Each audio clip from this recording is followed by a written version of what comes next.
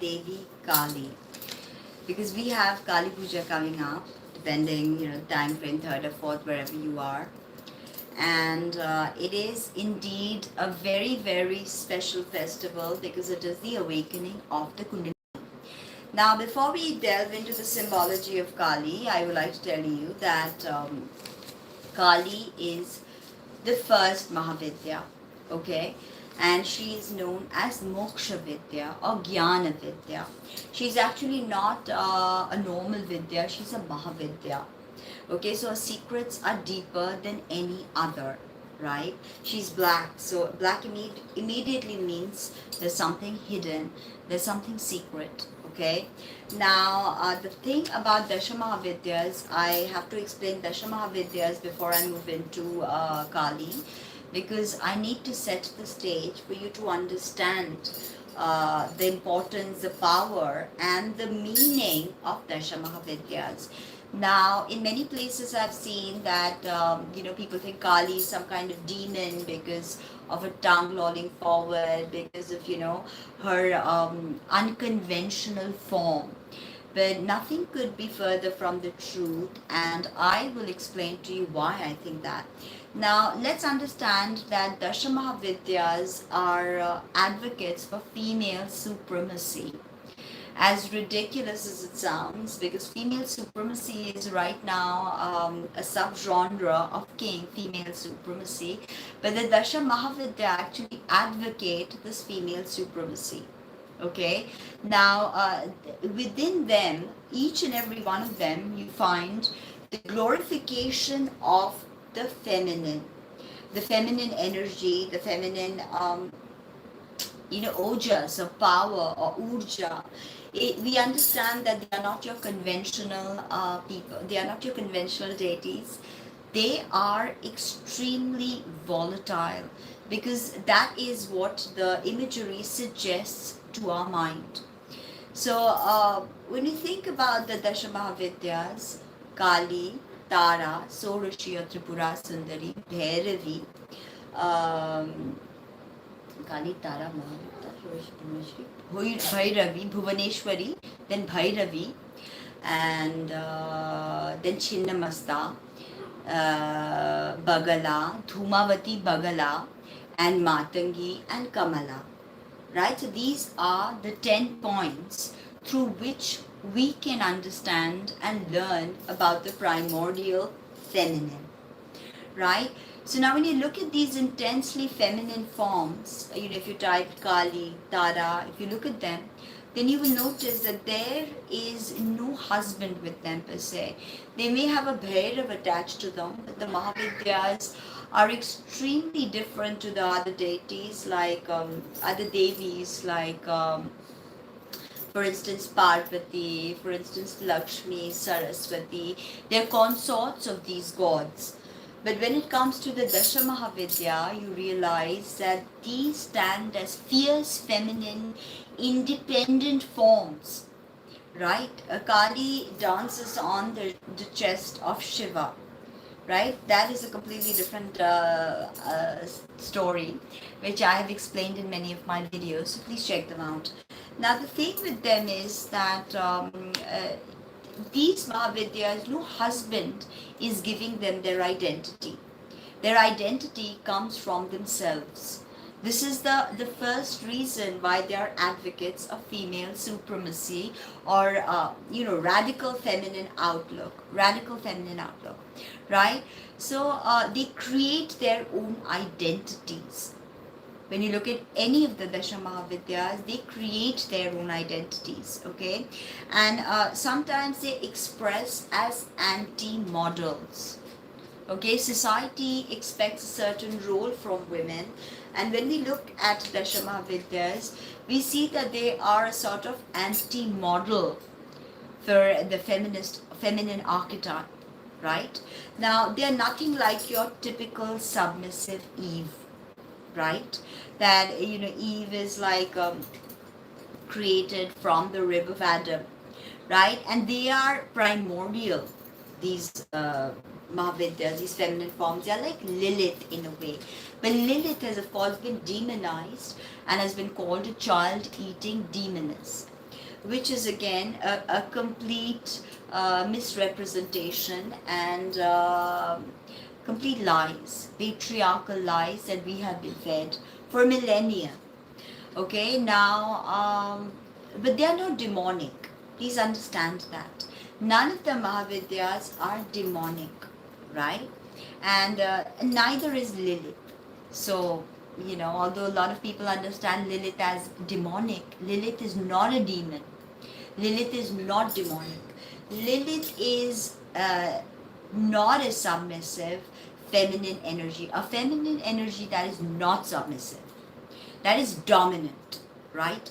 Now, the thing is that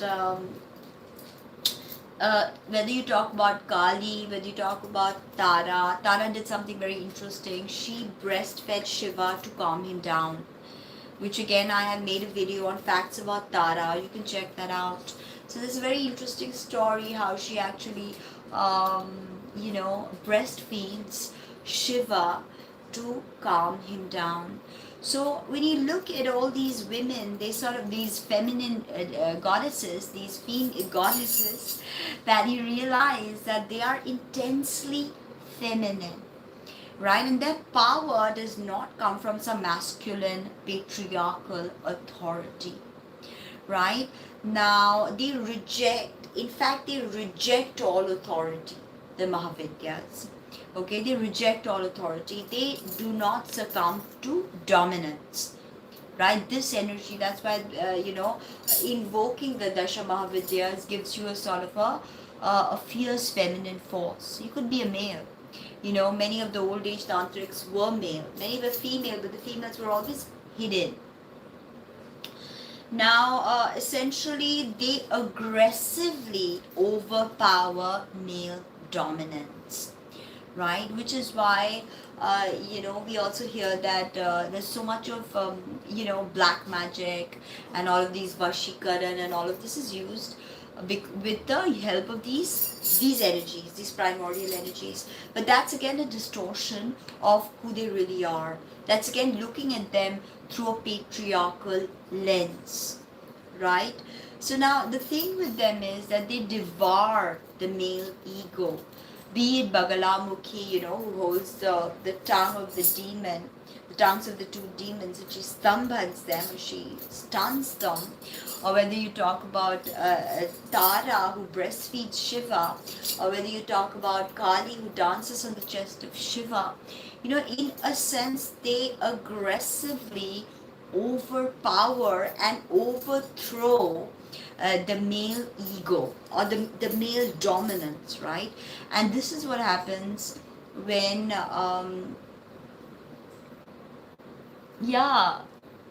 makes sense. But Lucifer is not Lucifer. Lucifer is Venus. Lucifer is Venus. So that's again a completely different topic. But when you worship the DASAMAHAVIDYAS, they help you overcome this male dominance that you may feel compelled to run this rat race, compelled for being competitive, compelled to assert your testosterone. So be this archetypal male, this kind of barbaric, Neanderthalish male, and so the thing with this is that within us as female there's male. So when you nurture, when you protect, when you nourish, it is the female that's operative inside of you. That's why many artists are feminine in nature,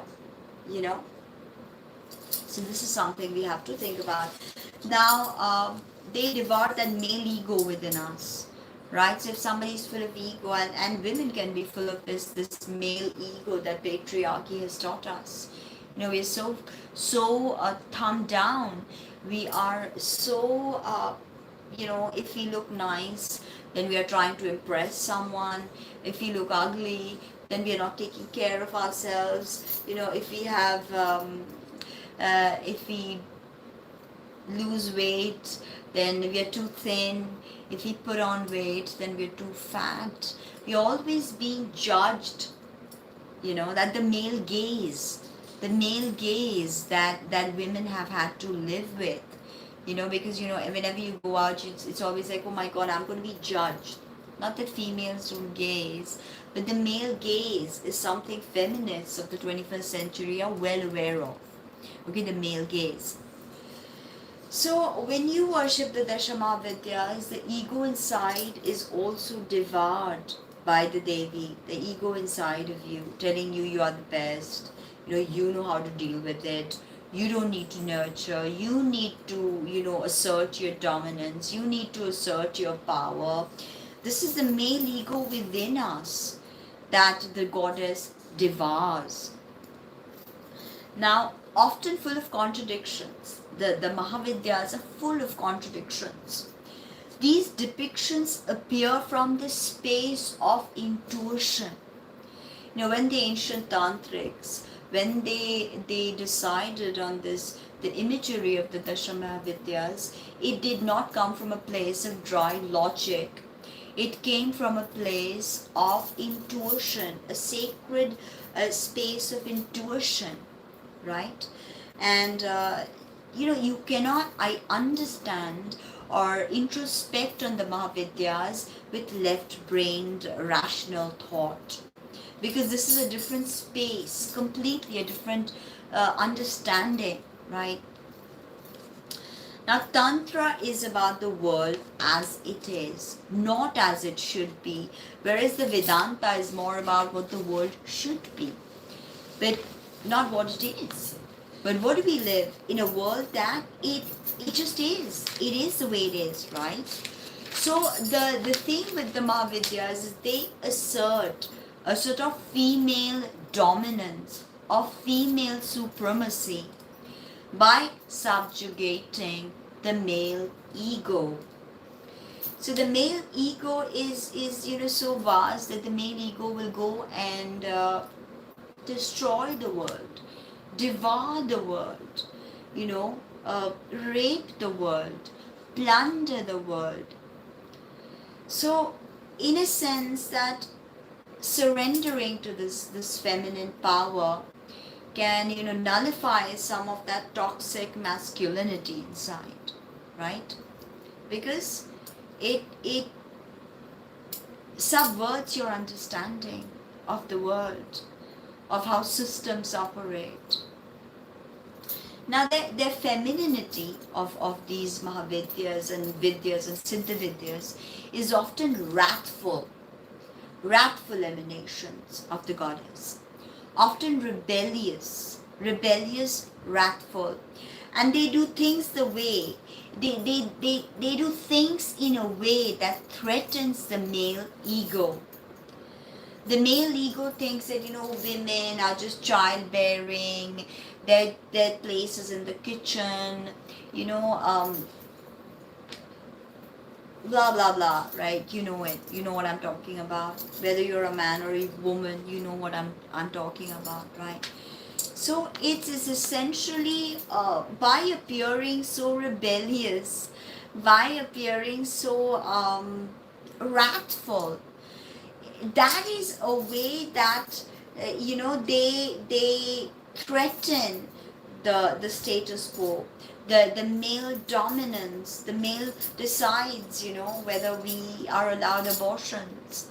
I'm not advocating abortions, or I'm not saying that women need to have it, but whoever needs to have it needs to have it. And if you don't bleed 7 days a month, or if you do not have a uterus, you should not be allowed to make these rules. It's simple, right? So understanding their rebellion, understanding their wrathful countenance helps us to subjugate the male ego. Because Kali is not dependent upon anyone. If you look at it, she is very dependent on Shiva, but that is a different expression of the masculine. That's a completely different understanding of the masculine. Now, they burn. They are very powerful. The Mahavidyas are very powerful. So they burn, they purify ferociously. Ferociously, they show us independence, okay, and rebelliousness. Now, I think that we heard that tantric women are very rebellious women. They see through the male power control, the dominance, because in tantra all men are taught to respect the woman. For the woman is the yoni is the jagat yoni, or the great yoni of the great mother energy. So every woman on earth is actually seen as a representation of her, as a representation of that great power that gives us birth. So, we have to understand that the Dasamavidyas are teaching us rebelliousness so we may better assert our individuality as women, as men who support women, because every man is not the same. There are men who want to support their lovers, their mothers, their sisters, their daughters, So, yeah. Now, the thing is that they pulverize conventional understanding of how the world should operate. When you surrender to one of the Dasamahavidyas, your concept of how the world is operated, hegemony, nepotism, patriarchal constructs, tools of patriarchy, all that understanding is pulverized. Like, just demolish a house and, that house is just air. It doesn't exist. So surrendering to the goddesses, to the Mahavidyas, is actually a way to pulverize the operating patriarchal status quo, right? Also, understanding the symbology of the Mahavidyas, it sort of, the polarities that we have to deal with. When you surrender to the Mahavidyas, the polarities become unitary. So you go beyond, you transcend that polarity. Day, night, waking, sleeping, dreaming, all of this. The polarities, sadness, happiness. So the thing about the Mahavidyas is they take us away, our consciousness away from polarities and dualities. They focus our concentration. This is very important to understand. Becoming a Shakta Tantric. Okay, a Shakta Tantric is the way to empowering women. Is the way to empowering women because the Mahavidyas teach us how powerful Shakti can be, how powerful the womb can be, how powerful the yoni can be. Okay? So this is really important to understand, that empowering women and coming back into the path of Tantra is one way we can better heal the world. It's all well and fine to say I want to empower women, but you have to subvert the male ego. You have to transcend these patriarchal limitations. We have to throw away the shackles that patriarchy has put on us, and has called our blood inauspicious, when the blood is the most sacred. The blood from the womb is the most sacred of all things. So this is something, the power of a woman, the power of a woman's intuition, the power of a woman's physical body. How touch therapy helps. How, coming in contact, if you're extremely stressed and you hug someone, right? Of course, if you don't have a woman to hug, you can always hug a cat. But, when you hug someone, you hold someone, you just melt away into their arms. just like, the kiss from Gustav Klimt, those two figures, that the male, female, melting away into as they look into each other's eyes. I mean, this is a big thing because women have power in their bodies. The breast is there to nourish, to nurture life. Even before any food can be given to the child, Mother Nature makes sure that there is some sort of sustenance that the child will receive. Right? So this is the power of Soma. She's a girl. She's Soma. So yeah. Now they fight like warriors. All the Mahavidyas, they fight like warriors, okay? And they overpower their opponents.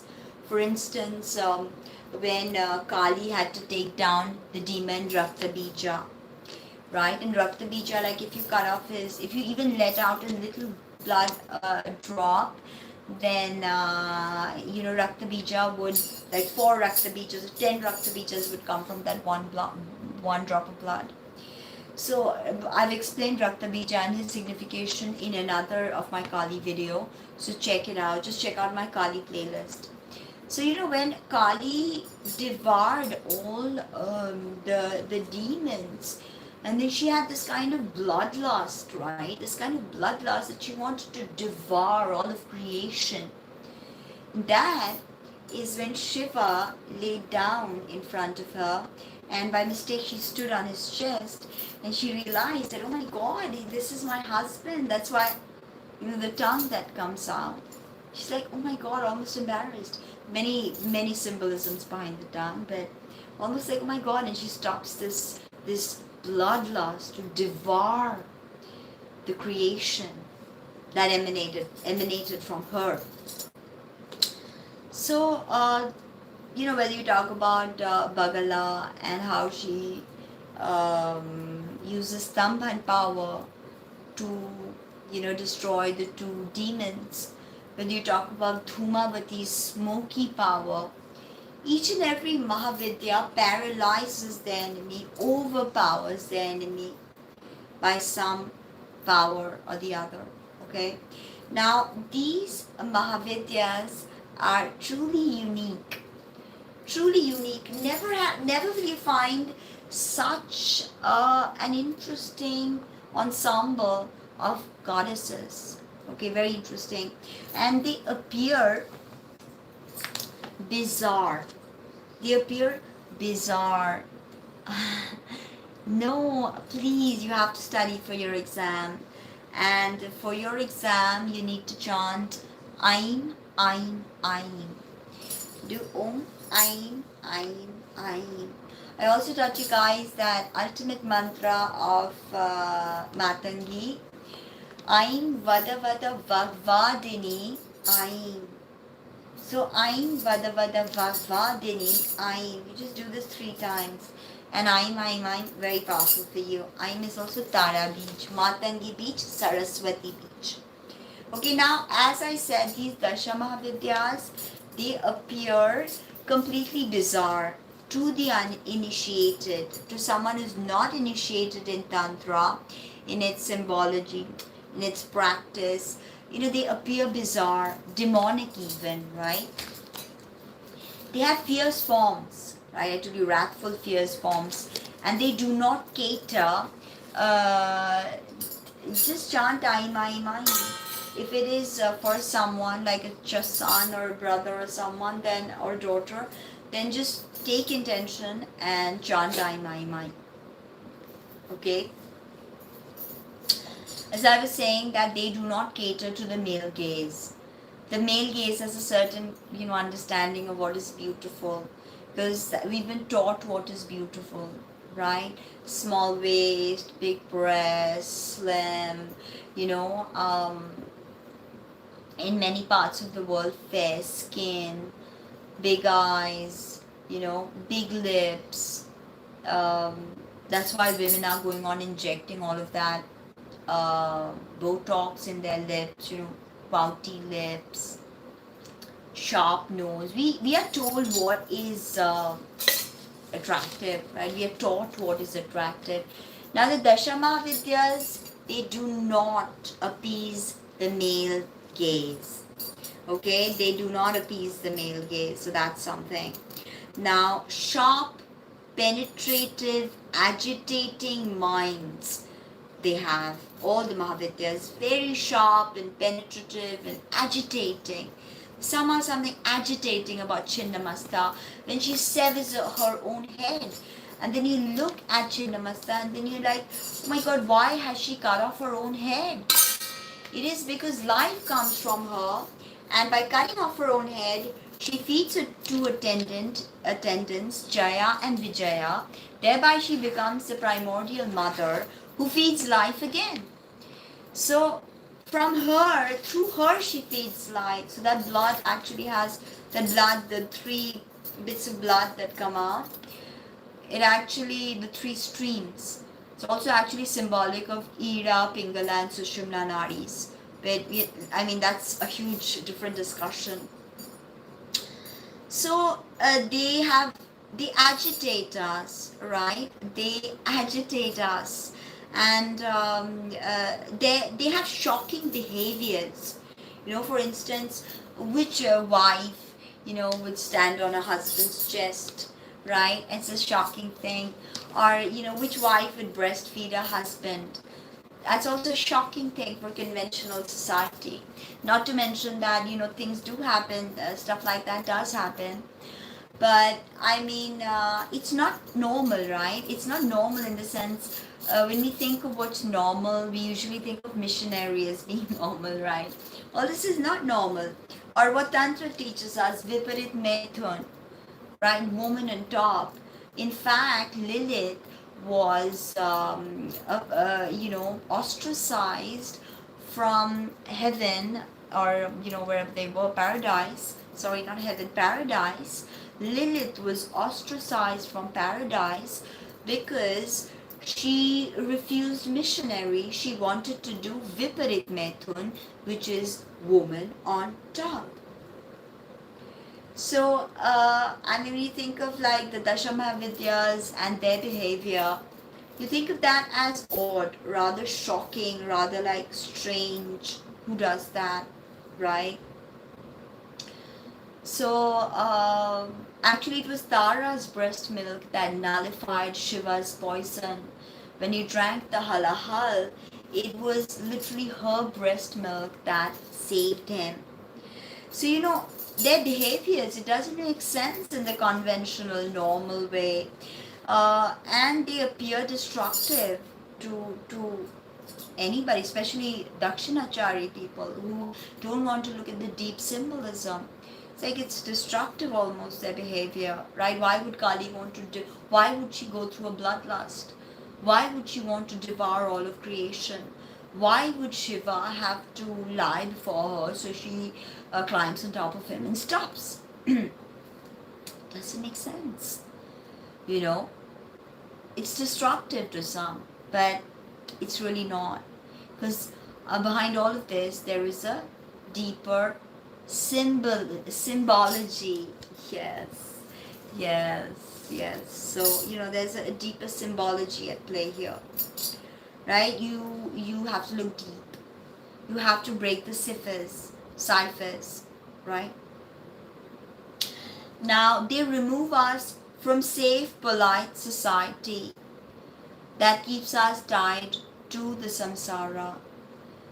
You're being safe, you're being polite, you're just gonna come back 1,000 times. If you worship the Dasamahavidyas, Kali at that, Tara at that, so does she. And then you literally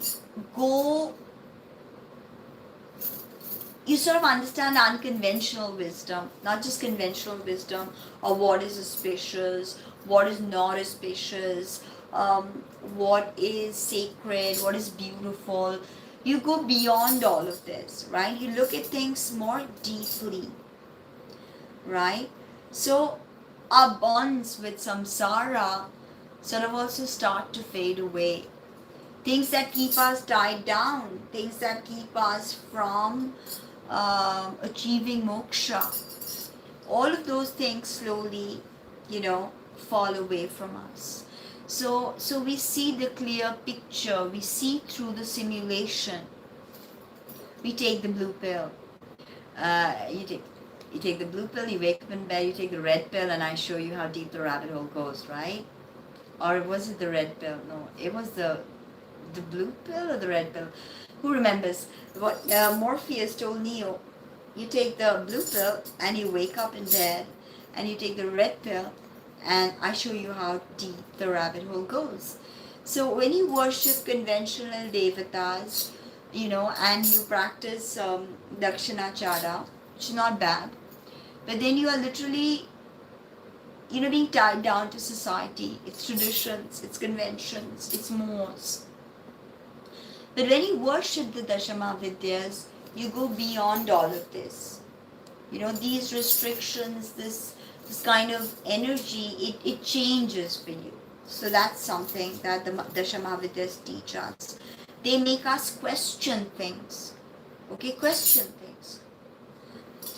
Are the accepted concepts relevant to our soul? All these things that we are doing, the things that we believe in, the things that we seek, the things that we crave for, are they feeding our soul? Right? Are they feeding us our soul? They make us question conventional notions of beauty, truth, goodness, honor, respect, decency, cleanliness, modesty, and of course physical comforts. Dhumavati rides on a crow. She's a hag. She's the crone. So there are a lot of things that we have to look into, that Tantra can explain to the world, and Tantra is the only way, the quickest way to gain moksha in Kali Yuga. There's no quicker way than mantra and tantra. For all you eighth house heavies, you should look into this. Now, they shock us. If you've never seen Kali and you go to, see Kali, especially Smashan Kali, you will be shocked at that ferociousness. Like, what happened? It's so scary, right? That ferociousness. They jolt us. It's like an electrical pulse. Kali is electrical energy. Chinnamasa is also electrical energy. Tara is sound energy. So they jolt us. They make us wade through the chaos. All of this chaos, it's literally driving us insane. They are mysterious, surreal, ambiguous, paradoxical, right? And contradictory and enigmatic. Very mysterious, very, very mysterious, very insane. Because these archetypes, no system has such archetypes. The female energy being described in this manner, no other system does. Now, the Dasamahavidyas, they give us the energy to cut toxic ties. Okay, toxic ties that keep us comfortable and in a state of slumber or deep sleep. Wake up. They say they literally scream in our ears. Wake up. There is more. There's more to life. Take the red pill. Okay? They provoke us. The archetypes, they provoke us. Okay? They kick us into action and often paralyze us with inaction. For instance, Bagalamukhi is Stamban, or paralyzing energy.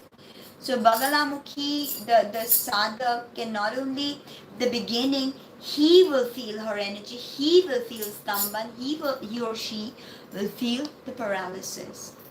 Before they can use that, harness that energy and, dish it out. So, literally, they paralyze us with action as well as inaction. Right? They kick us into action, they paralyze us with inaction. They break our bondage and they liberate us, right? They make us discard the superfluous, the superficial, and look beyond the surface. That's what they're trying to tell us. Look beyond the facade, look beyond the surface, right? Think radically, be independent, respect the feminine, look beyond the apparent strange contradictions, look beyond polarities, right? Of death, sex, creation, destruction. That is what they're telling us. Okay, they allow us to rediscover the mysteries. Yeah, good. The mysteries of the feminine. Okay, that is what they allow us to discover. So when we talk about the Dasamahavidyas, they are radical, but not if you know them, not if you understand their symbology. So here now, I am going to tell you a little bit about the first Mahavidya, Kali. So now, Kali is black. Black is a mysterious, um, imperceptible, abstract, like space. She has 4 hands, and Kali is the devourer or the destroyer. Okay, like the black holes. I've written an article which is also there in this site called Savannah. You can check it out. 4 things you need to know about Kali. Right now, the black holes, right? We're talking about black holes. Black holes are not only destructive, yes, they eat up everything that's in their vicinity, but they are also the greatest power of creation. They are really powerful. They're the greatest source of creation, black holes. Kali is the ultimate Shakti. And Bhadra Kali, or and the form of Kali that we mostly worship is yes, you should watch my other videos on Kali, and you should also read my articles on Kali, because I have been a Kali sadhak, and also my intimate relationship with Kali, where I explain to you how I come from the first Shivaite family of Mata Kali in Kali Ghat. So please check all that out. So as I was saying, that Bhadra Kali whom we worship, I will tell you a bit about her worship later on and what you can do this Kali Puja. But let's get back to black holes. So black holes, they organize galaxies. There is a black hole in the middle of every single galaxy, even the Milky Way. This black hole is in Sagittarius. Yes. So when we think of time and black holes, time stops in black holes, okay? And we know that Kali is beyond time. Now, the word Kali comes from Kala. Kala is also time. Kala is also art. Kalakar, we say, like somebody who's an artist. Wo kalakar hai, right? Now, Kali is the mother of time, and in astrology, she is associated to Saturn. Saturn or Shani Dev, right? And Saturn's day is yes, I know. I have experienced something like that too, and yes, it's really crazy. I'm going to make some video on that, and we call it Kali Nach in Bengal. But I know about the Tamil Nadu traditions. It's supremely beautiful. As I was saying, that Kali is beyond time. Okay, she's the mother of time, association with Saturn. Saturn is Shani Dev, his day is Saturday, his color is black or deep blue. Mantra is Om Shanishcharaya Namaha or Om Prang Preem Prong Sa Shanishcharaya Namaha. Okay, signs he rules, Capricorn and Aquarius. Sign he's exalted in, Libra. And of course, sound of his downfall is Aries. And Saturn is what gives us structure. Saturn is what teaches us mastery, like Kali is a Mahavidya. Worship of Kali teaches us ultimate mastery. Now remember, Kali is past, present and future.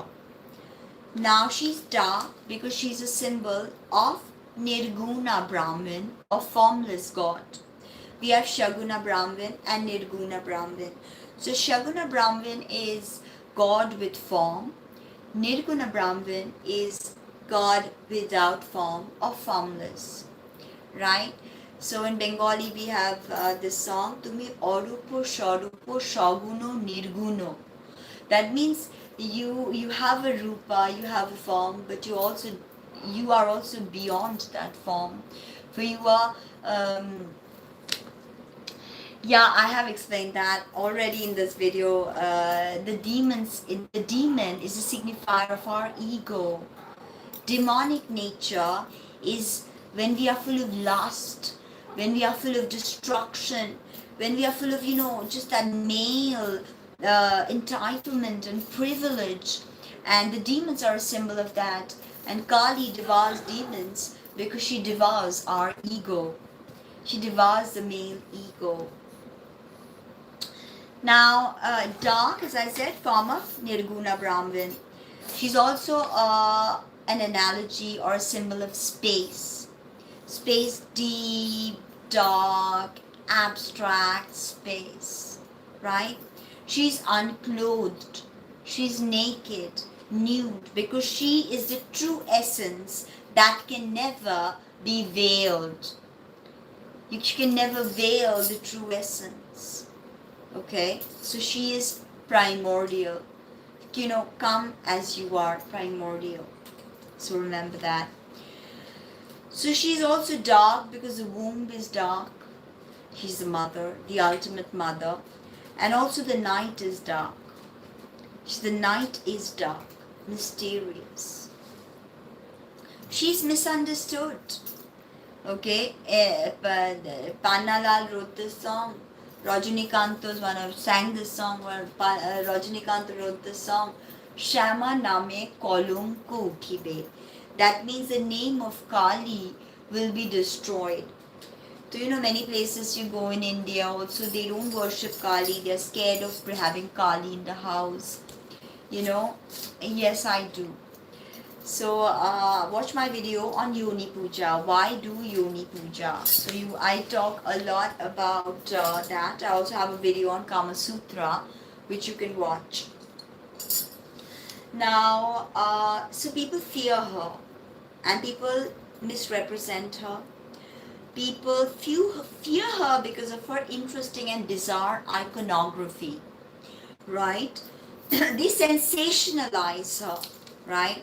So many people in the Oscars, some woman, I don't know, I think it was that Nirvana frontman Kurt Cobain's wife, who once dressed up as Kali for some kind of Met Gala or MTV Awards or Oscars, the Golden Globe. So people are sensationalizing Kali. The 21st century feminists have taken her as a symbol of feminism. Again, a sensationalized understanding of Kali, right? No one understands her depth, and that raises a vibration within us. Sound is energy. Sound is vibration. So when you do that raises a vibration. Even in yoga, when you're doing Brahmari is when you sit in Padmasana, and she is Parama Prakriti, she is Brahman, she's Para Brahman. So in Brahmari you do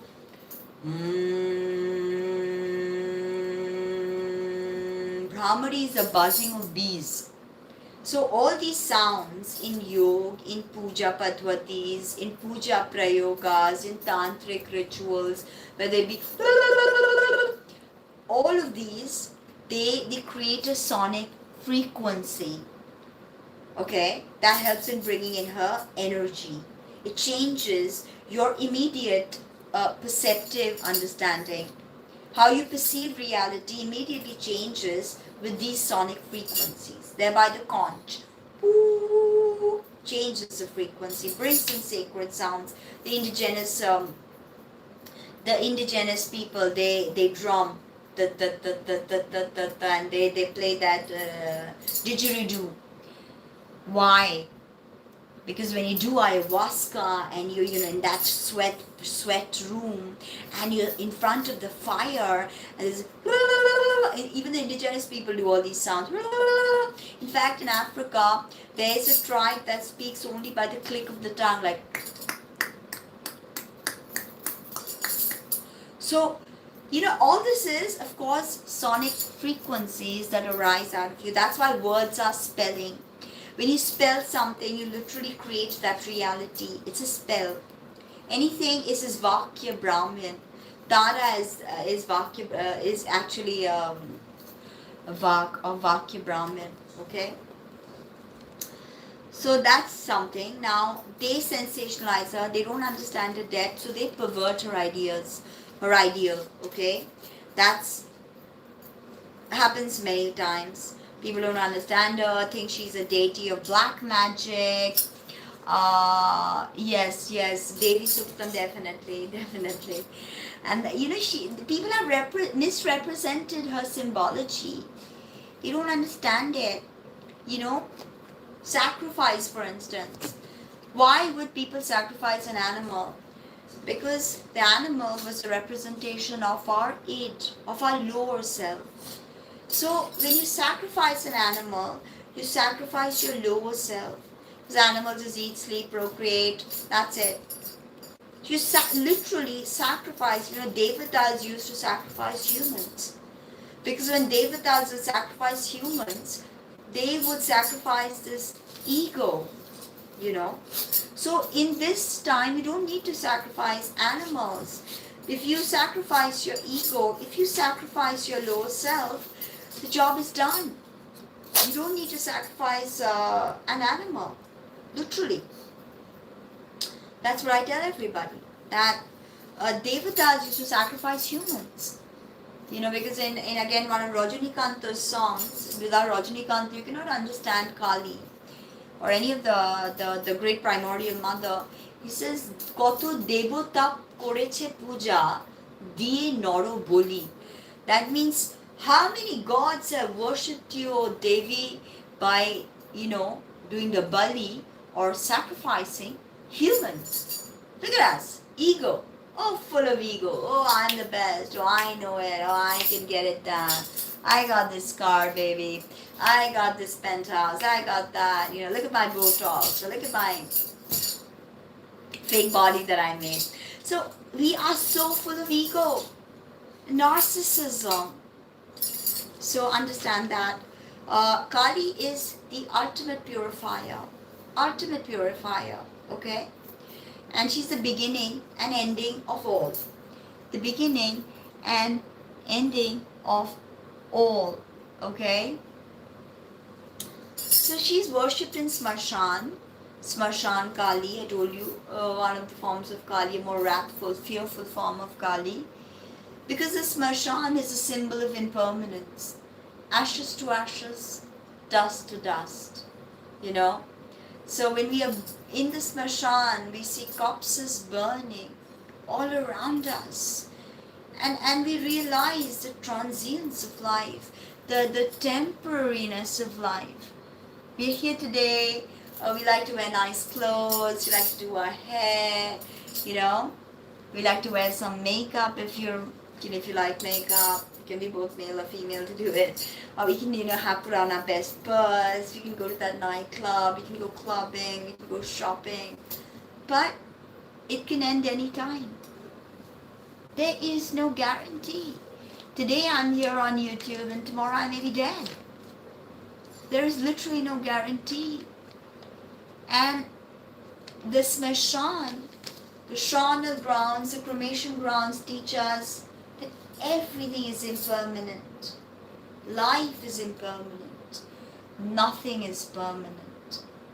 You're here today and gone tomorrow. And where will you be?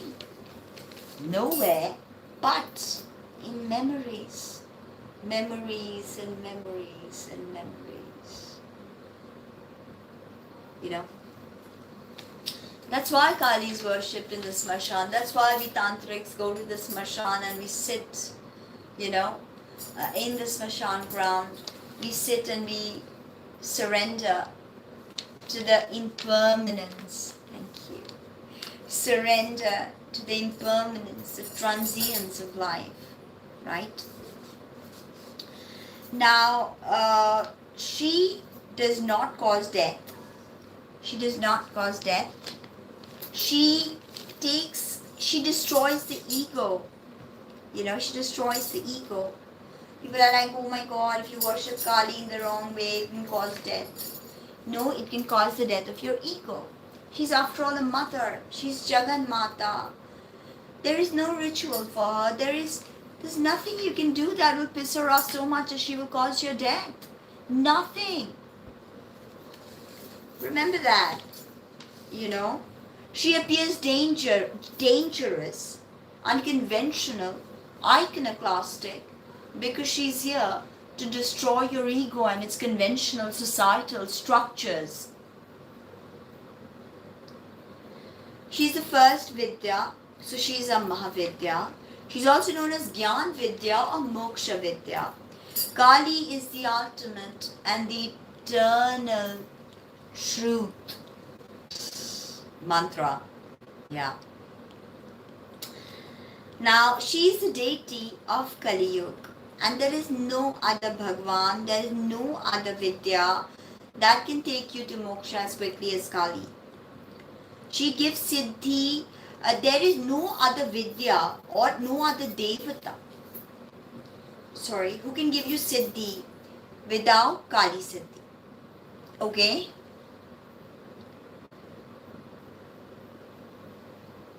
I don't know. I mean, yeah, people do that. But then if you look at your enemies, often you see that your enemies represent archetypes that you hate within yourself. So you think they are external, these enemies, but these enemies are actually inside of you. So Kali may actually help you realize that the enemy is within. You know, it's the enemy is within, not without. So that's also something that you can learn from her. Now, no need for strict rituals or observances or muhurtas or tithis. Okay?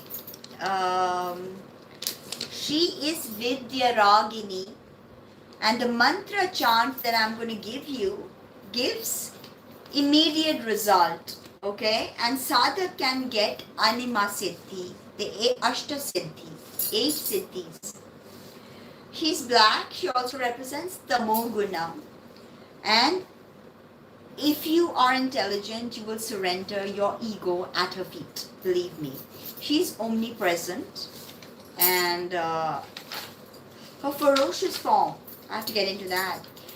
She is quite ferocious looking, but don't forget she is the universal mother. She has 3 eyes. One eye here, obviously, Gyan eyes, or the pineal gland, right? The Ajna chakra is open. That means that signifies that the Ajna chakra is open. 4 hands. So in the upper left, she holds a sharp knife, right? In the left lower, she holds a skull head. In the right upper, she does the Abhaya Mudra. And in the Abhaya Mudra, and then she does the right lower Varada Mudra. Okay? And her beach is cream. I've discussed cream in great detail. Cream. Okay? Now her Janam Tithi is in Ashwin, Krishna Ashtami. Her birthday is coming, Krishna Ashtami. And it is also known as Kala Ratri or Chaturdashi. The Amavasya Tithi in Ashwin is her birthday, remember that. Worshipped, she can be worshipped both by Dakshinachara, that's Bhadrakali, or by Vamachara, okay? By Vamachara, both. And she is best pleased when she is worshipped in the Smashan or the Shanal grounds, okay? Householders should worship Bhadrakali. She gives dharma, dharma is truth, energy, she gives enemy elimination, what somebody was just speaking about, enemy. But when you actually awaken the cream beach inside of you, you realize the enemy is within, not without. She eradicates chronic diseases. So, all kinds of schizophrenics and mental diseases and coronavirus patients, yes. Moksha, auspiciousness. Yes, she's most pleased over there in the smashan or the cremation ground. She gives wealth, untold wealth. Now I'm going to tell you the magic mantra. I'm going to tell you the magic mantra which you all can do. Kali Puja is coming. So today is what day? Sunday. It's no problem. Tomorrow is Monday, day of Shiva. So you guys can start. Okay? I will tell you. Thank you. So I will tell you the mantra. This is called the Queen of Mantras. It's a 22 syllable mantra. And if you do this mantra, you will get everything you desire. So the mantra goes, cream, cream, cream, hum, ream, ream, dakshina kalike, cream, cream, cream, hum, ream, ream, swaha. I'm going to say that again. Cream, cream, cream, which is Kali beach. Hum, Bhuvaneshwari beach. Chinnamasta beach. Hum. Ream, Bhuvaneshwari beach. Solar beach. Dakshina Kalike, which is her name. That's how you address her. Then again you say cream, cream, cream, Kali beach. Hum, Chinnamasta beach. Ream, Bhuvaneshwari beach. Swaha, which is how you offer it to her. It's an oblation. So again, cream, cream, cream, hum, ream, dakshina kalike, cream, cream, cream, hum, ream, swaha. Right? Very easy. Very, very easy. Yes, I'll definitely try to do that. But if any of you got the chant already, then maybe you could just type it in the comment section, not in this chat session, but in that comment section, so I can pin your comment. That would work very well for me because I have a very important meeting in a little bit, but I should be able to do it. I've not even monetized my lives. Yeah, I did. I always like to give my subscribers a lot of information. Okay? Now, this is the Queen of Mantras. Okay? So, sadhak should never censor, hurt, assault, abuse, beat up any women if you are doing Kali sadhana. This energy will completely backfire on you. So, no fraudulent behavior. Just try to stay honest, nice, sweet. Now, otherwise, you should repeat this mantra 108 times, Rudraksha beat. Otherwise, you can just keep count how I've taught you 100 times on my videos. This is 1, 2, 3, 4, 5, 6, 7, 8, 9, 10. So that's your 10 counts. You keep count like this 1. So cream, cream, cream, hum, ream, ream, dakshina kalike, cream, cream, cream, hum, ream, ream, swaha. Cream, cream, cream, hum, ream, ream, dakshina kalike, cream, cream, cream, hum, ream, ream, swaha. So like that you go, you do 10. Then again you move to 20, 30, 40, 50, 60, 70, 80, 90, 100. And then you have to do 8 more. That's how you do 108 if you're counting by hand. Now counting by the hand is also important because your whole body is in your hand. So different parts of the hand get activated. Different parts of the body get activated through the mantra. So the hand counting is also very special. But of course you can do it with mala. So you don't touch this finger to the mala. You do this either cream, cream, cream, hum, ream, ream, dakshina kalike, cream, cream, cream, hum, ream, ream, swaha, like that, okay? Like that, or this, like this. Okay? Yeah, okay, you can do that. Another very simple mantra, cream kalike swaha. Cream kalike swaha. Cream kalike swaha. Cream kalike. The one mantra I gave you, the 22 syllable one, is a wish fulfilling mantra. It's the ultimate queen of mantras. Very, very special mantra. And if you repeat that mantra under a bilva tree or a banyan tree, you will be a master of supernatural powers. Okay? Now the Mahanirvana Tantra says Kali is Brahman. She's both existence and infinite consciousness in manifestation. Why does she dance on Shiva's pale body? The feminine is dynamic, that's why I guess the Abrahamic religions realize this dynamism of feminine, and then they sort of, label that as original sin. But it is the feminine that is dynamic, actually, not the masculine. The masculine is static. Now, here, Kali takes us to Satchidananda. Satchidananda, she's Adya Shakti. You can listen to my recitation of Adya Stotram, which is a very powerful stotram, which can be offered to the goddess. Tinu vatsa pravakhyami adastatrang mahaphalam yapate tat shatatang bhaktasha eva vishnu baldava.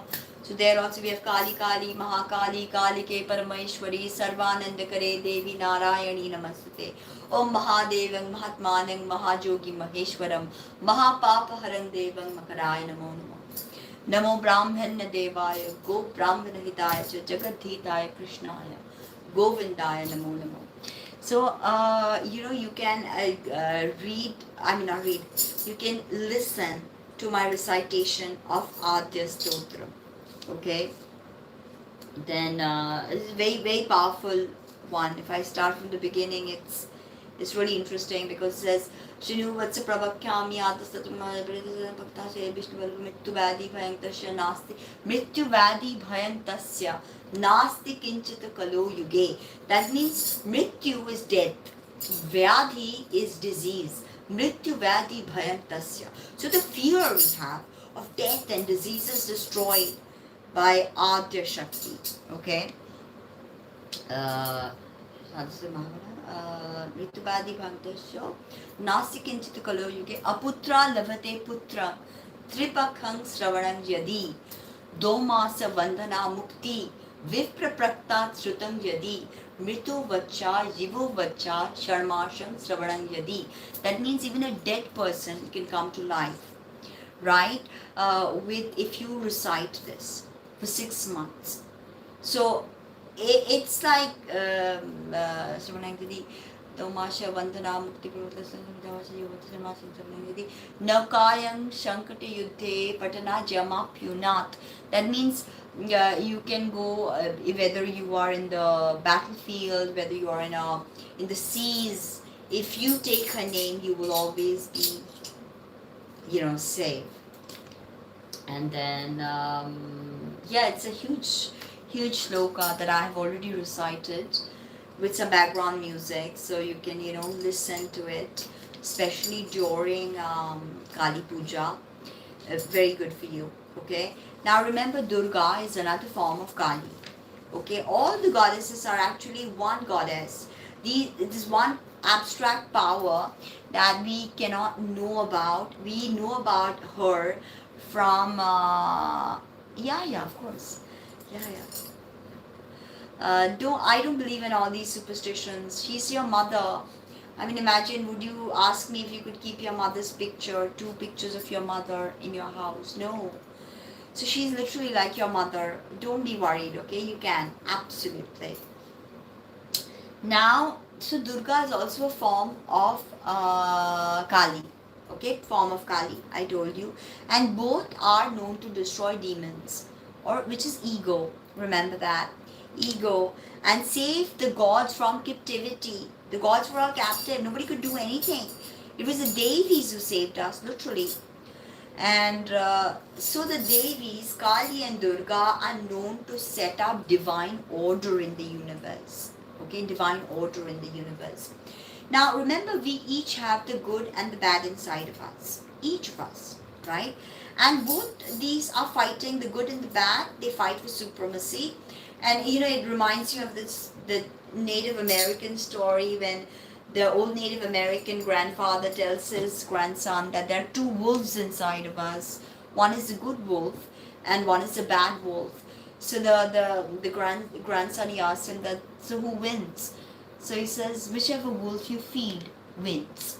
So remember that there's always these two wolves fighting within us. So Kali awakens the Kundalini by feeding the right wolf. Okay? And so feed the right wolf, and she destroys ignorance. Ignorance is a big problem. So she destroys ignorance. Kali is surrounded by halo. And she's also the divine nectar or soma. Right? Kali's mouth is open. And she pulls out her tongue like that, which is known as the mudra of devouring. Like that. Right? And this mudra of devouring, when she performs this mudra, she is ready to devour all of creation. She consumes. The Mahapralaya arrives, and the universe moves in cycle. Creation, destruction, creation, destruction, creation, destruction, creation, destruction, like that. Kali also smiles. If you see her smile, the tongue is out, but this is right smile in Bhadrakali's mouth. She's the mother, right? Full of affection, kind, sweet, approachable.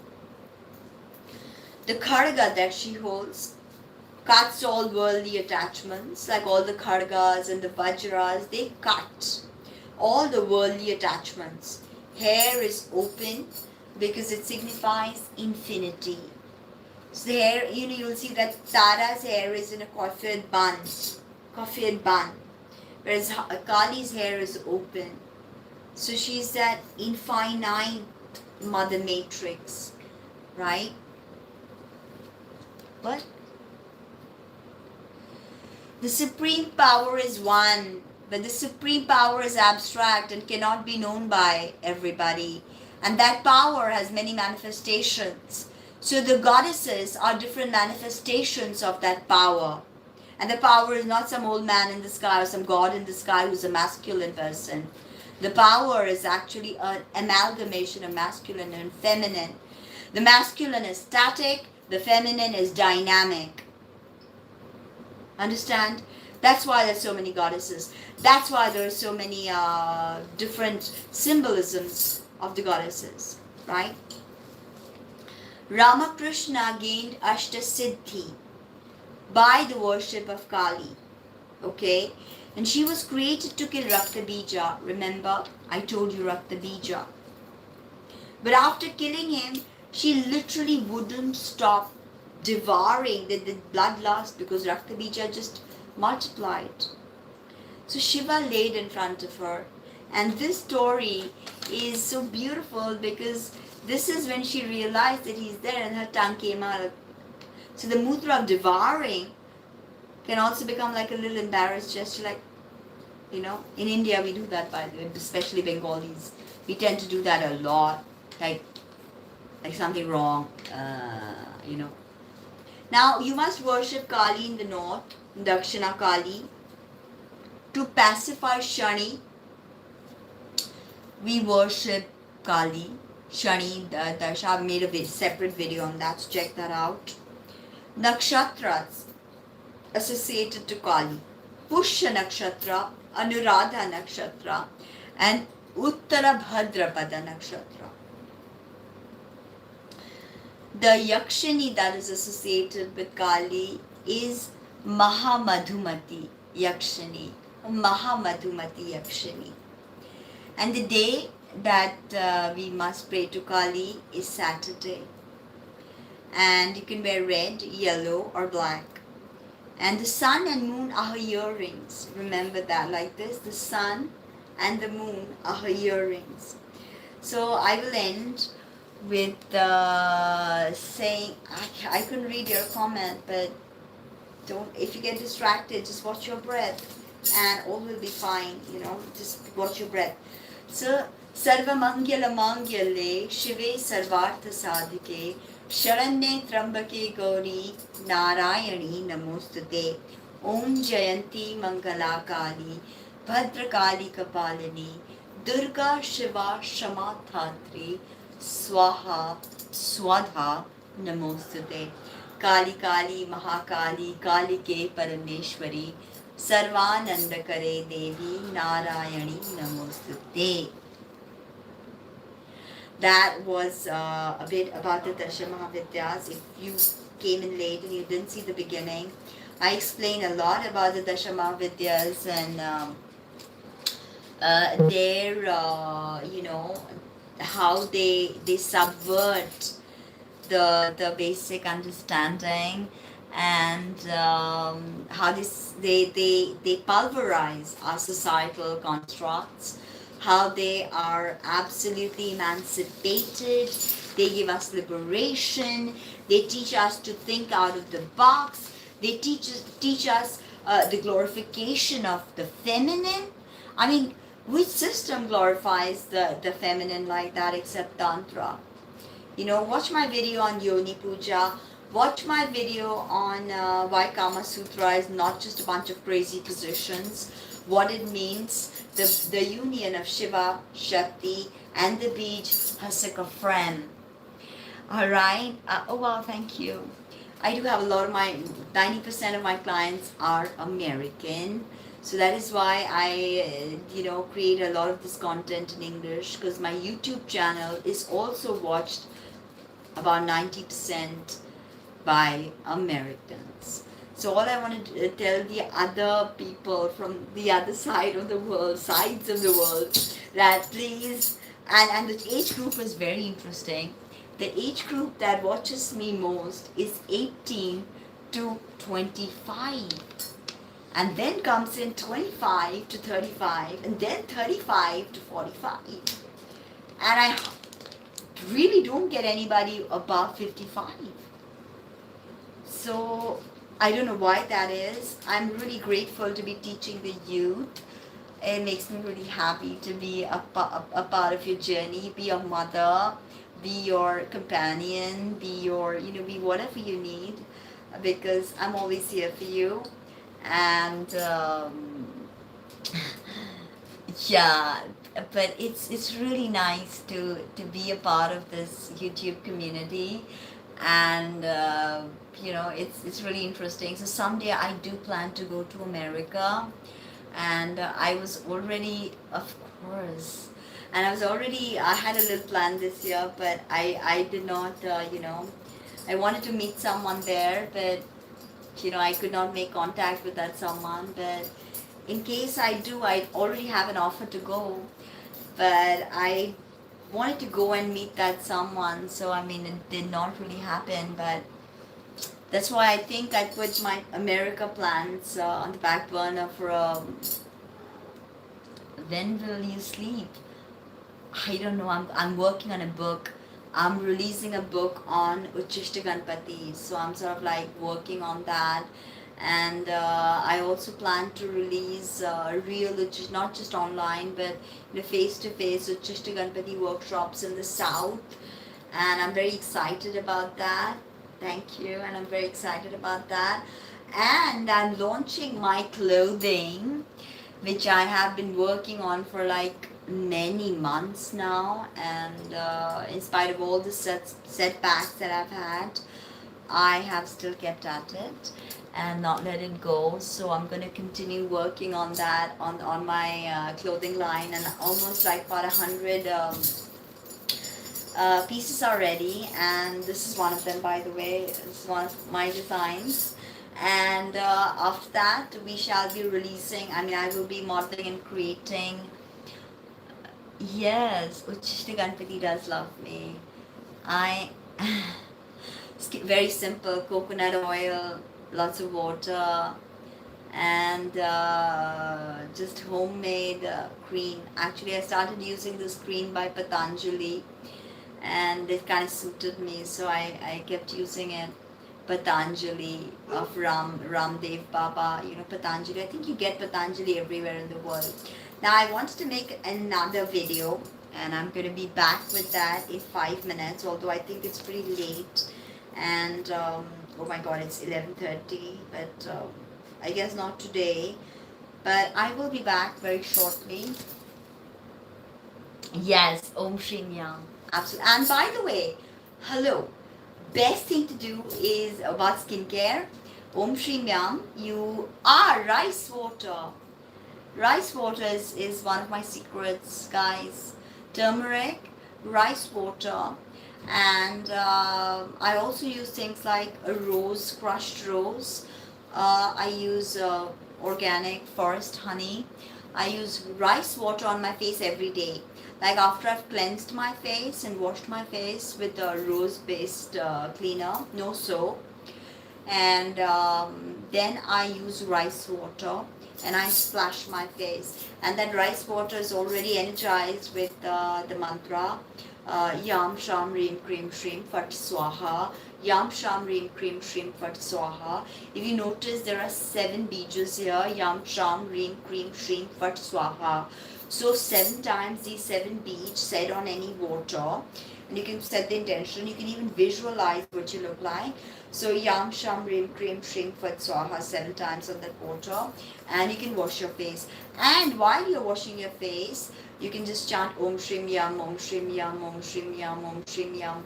And I already have this on my YouTube channel. Go to magnetic ritual with water. Magnetic ritual with water. And then also when you put on your cream, you should do EFT on your face. I think that video is linked to that Om Shrim Yam video. I'm not sure. But just type on my channel magnetic attraction ritual with water, and you'll get the mantra Yam Sham Reem Cream Shrim Fat Swaha.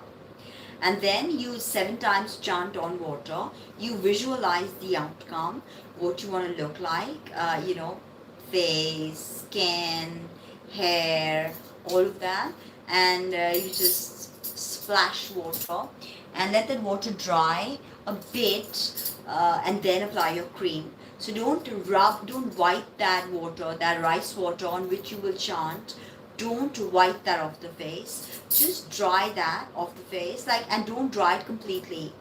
And then while it's almost dry, and then you start your Om Shrim Yam, Om Shrim Yam, while you're putting that cream, Om Shrim Yam, Om Shrim Yam. Also, EFT is a technique that really works for me. I mean, I've been getting so many messages to do makeup live online, but honestly, I don't know. I mean, I don't have the wherewithal to do that. I've just got so much work. But I've been asked to do makeup videos that I could, be quite, move around more than my astrology. Yeah. That Ulata Deha Palatal Kaya. I also give that hair mantra. Also, Om Shrim Yam pretty much works for anything. Okay, Tara has really lovely hair. Cream also works for hair. Cream, which is Kali Beach. Tara stream or cream both work for hair.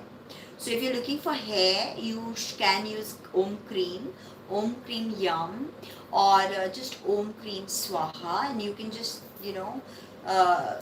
just while combing your hair, you can chant that. It's gonna be really good for you. So that's it, I guess, for today. We spoke a lot, and I'm glad I got to come out finally. It was Karwa Chauth and I had this content prepared, but I couldn't get it done. But it was a lot of fun doing it today, and it was fun coming in front of you guys and having you guys as my friends, as my companions. It means a lot. If you want to book a reading, don't hesitate to drop me an email. I offer life coaching. I offer sacred sexuality sessions. I offer a womb healing and so many magical things. So let me know if you want something, and let's talk. Bye bye. Take care. See you.